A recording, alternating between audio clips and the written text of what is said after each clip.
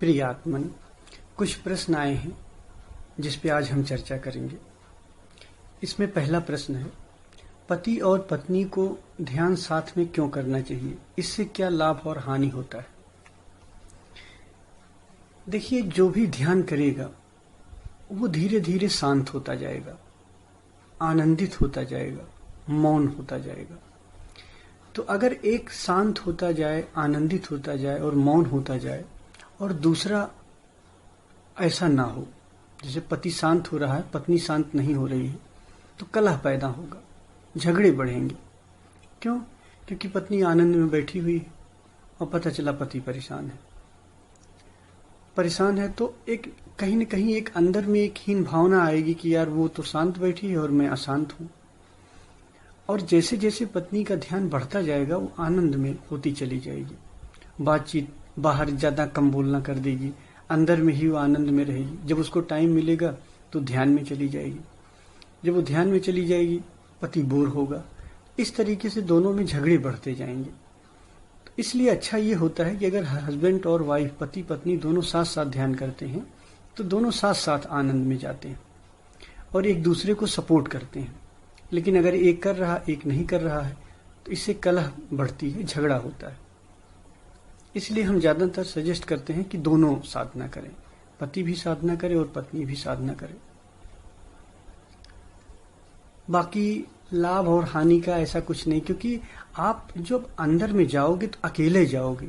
ध्यान रखना, यहाँ वहां कोई मित्र आपके साथ नहीं जा सकता, न पत्नी आपकी जाएगी ना आप जाओगे, अकेले जाओगे। पत्नी जाएगी, वो अकेले जाएगी। वहां दो का एंट्री नहीं है, अकेला अकेला ही आदमी जाता है वहां। कहते नहीं है, प्रेम गली अति साकरी तामे दुई न समाए।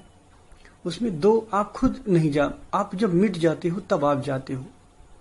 आपका अहंकार तक वहां नहीं जाता है, तो आप दूसरा कैसे जाएगा? अगर आप ये चाहो नहीं मैं पत्नी का हाथ पकड़ के उसको लेके चला जाऊंगा, ऐसा संभव नहीं है, क्योंकि आप खुद अकेले वहां जाओ। आप खुद को जब मिटा लोगे तब आप वहां जाओगे, आप भी नहीं जा पाओगे।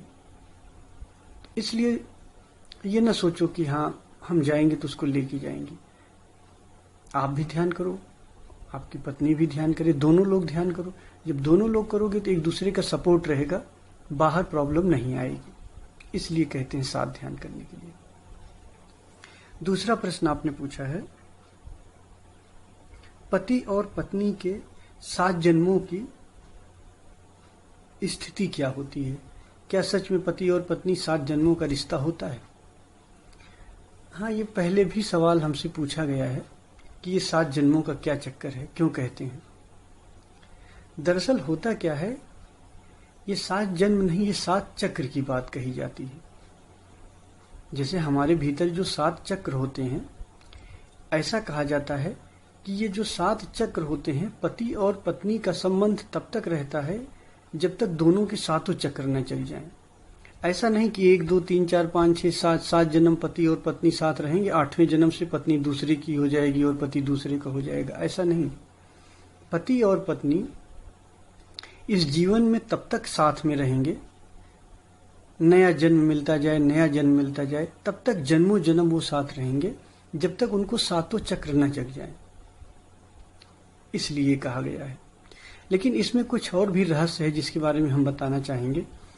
ऐसे नहीं होता है, जैसे मान लो कोई पति और पत्नी के साथ शादी हो गई है तो अब वो आखिरी समय तक उसके साथ रहेगा कि जब तक उसके सातों चक्र न जग जाएं। ऐसा नहीं संभव है। ये तभी होता है जब पति और पत्नी में से किसी एक का भी चक्र जग जाए। जैसे अगर मान लो शादी हुई, अब शादी हुई, मान लो पति का कोई एक चक्र जग गया। अगर पति का एक चक्र जग गया तो अब सातों जन्म तक उस पत्नी को वही पति मिलेगा।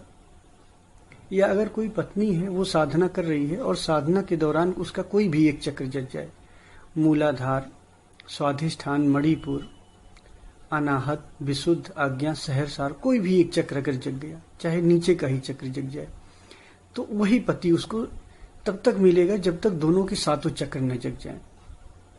लेकिन इसमें शर्त है कि कोई एक चक्र जगना चाहिए, चाहे पत्नी का एक चक्र जग गया हो, चाहे पति का। अब इसमें एक कंडीशन और होती है, जैसे मान लो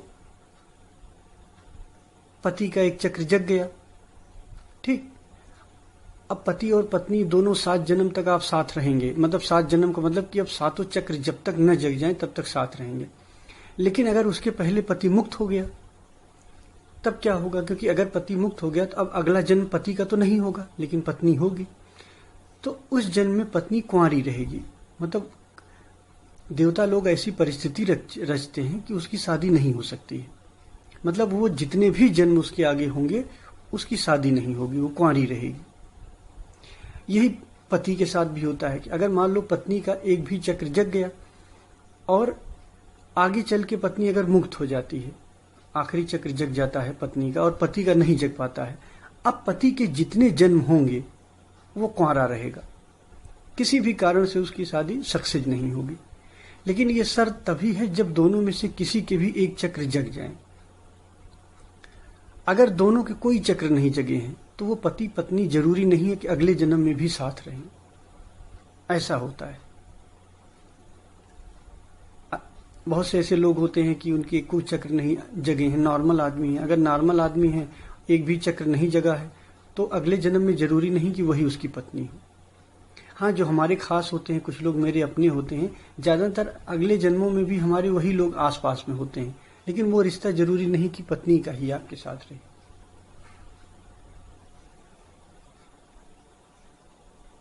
और इसके बाद एक साधक ने अपना अनुभव लिखा है, और अनुभव में आखिरी में उन्होंने लिखा है, जिसको हम लेना चाहेंगे। आपने ये जीवन ही बदल डाला, ऐसा लग रहा था ध्यान में ही बना रहूं। प्रियात्मन, दरअसल हमारे जो ध्यान का जीवन है वो अलग ही जीवन है। हम इस संसार में रहते हैं, इस पीड़ा में रहते हैं, इस उठापटक में रहते हैं। हम सोचते हैं कि यही जीवन हमारा मूल जीवन है।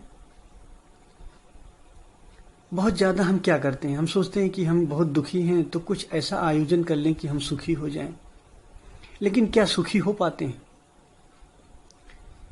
क्योंकि सुख के साथ साथ दुख भी चला आता है। अगर आप सुख को खोज रहे हो और आप सोचो कि आप सुखी हो रहे, आप दुखी हो और आप सुख को खोज रहे हो कि मैं सुखी हो जाऊं, तो सुख और दुख दो अलग नहीं होते हैं। सुख के साथ साथ दुख भी छुपा रहता है।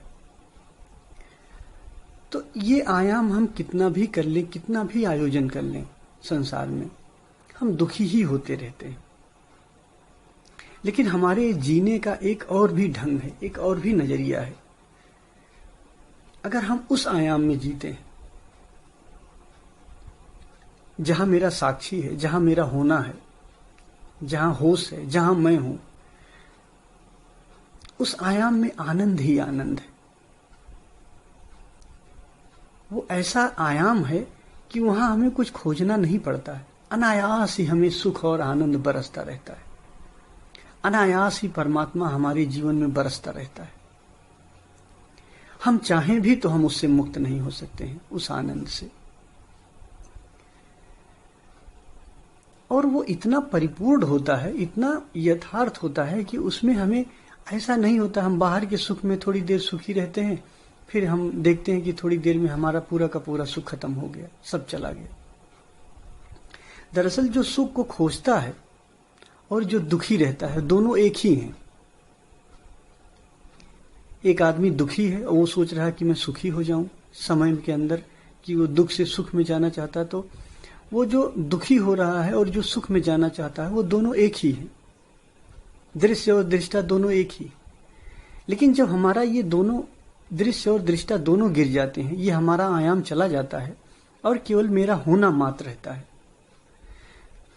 अब उसमें हम अगर कुछ दिन तक स्थिर रह जाते हैं, फिर एक ऐसा आयाम बनता है, ऐसा आनंद होता है कि उसके बारे में हम कल्पना भी नहीं कर सकते हैं और हम आपको बता भी नहीं सकते वो कैसा होता है। उसमें फिर यही मन करता है कि यार इसमें बैठे ही रहें, बैठे ही रहें, बैठे ही रहें। और आप बैठे ही रहते हो। आप कुछ भी करते हो फिर भी आप उससे अलग नहीं हो पाते हो। हर पल आप उसी आनंद में रहते हो। और आपसे मैं सच कहना चाहता हूं कि इतने लोग हो आप अगर मैं एक व्यक्ति को भी वो समझा ले जाऊं कि जो मैं कहना चाहता हूं वो अनुभवगत समझ ले, तो मैं ये भी समझूंगा कि मेरा समझाना भी धन्य हो गया, मेरी मेहनत सफल हो गई। कुछ लोग हुए हैं, और जो लोग समझते हैं, जब उनका अनुभवगत समझ हो जाता है तो उस दिन मैं भी अपने आप को बहुत धन्यभाग समझता हूं कि चलो मेरी बीमारी किसी को लगी तो मैं चाहता हूं कि ये बीमारी आपको भी लगे, आपके दुख, आपकी पीड़ा, आपकी परेशानी सब तिरोहित हो जाए। आप एक ऐसे आनंद में चले आओ जहां निर्भय है, जहां कोई डर नहीं है, जहां सदा आनंद है, जो परमात्मा का साम्राज्य है, जिसमें आप डूबते तो हो पर निकल नहीं पाते हो, जिसका एक छोर तो आपको दिखाई देता है पर दूसरा छोर नहीं दिखाई देता है, जो सदा बढ़ता ही चला जाता है, बढ़ता ही चला जाता है, खत्म ही नहीं होता है। हम वहां जिस दिन पहुंच जाते हैं हमारा जीवन धन्य हो जाता है। सो हे मेरे प्रिय आत्मन, आप सब लोग यही जोश बनाए रखो, करते ही चले जाओ, करते ही चले जाओ, जब तक कि आपका स्वभाव प्रकट न हो जाए। और जब आपका स्वभाव प्रकट हो जाएगा तो आप नाच उठोगे, मुझे बताना नहीं पड़ेगा, मुझे जस्टिफाई नहीं करना पड़ेगा, आप प्रमाण होगे। आप मेरे सामने खड़े होगे तो आप प्रमाण होगे, आप किसी के सामने खड़े होगे तो आप प्रमाण होगे। आपके आनंद से वो भी आनंदित हो जाएगा जो आपके पास खड़ा होगा। इसलिए ऐसी स्थिति को आप उपलब्ध हों, ऐसी मेरी प्रार्थना है प्रभु से। और इसी के साथ आज हम अपनी बात खत्म करते हैं। धन्यवाद।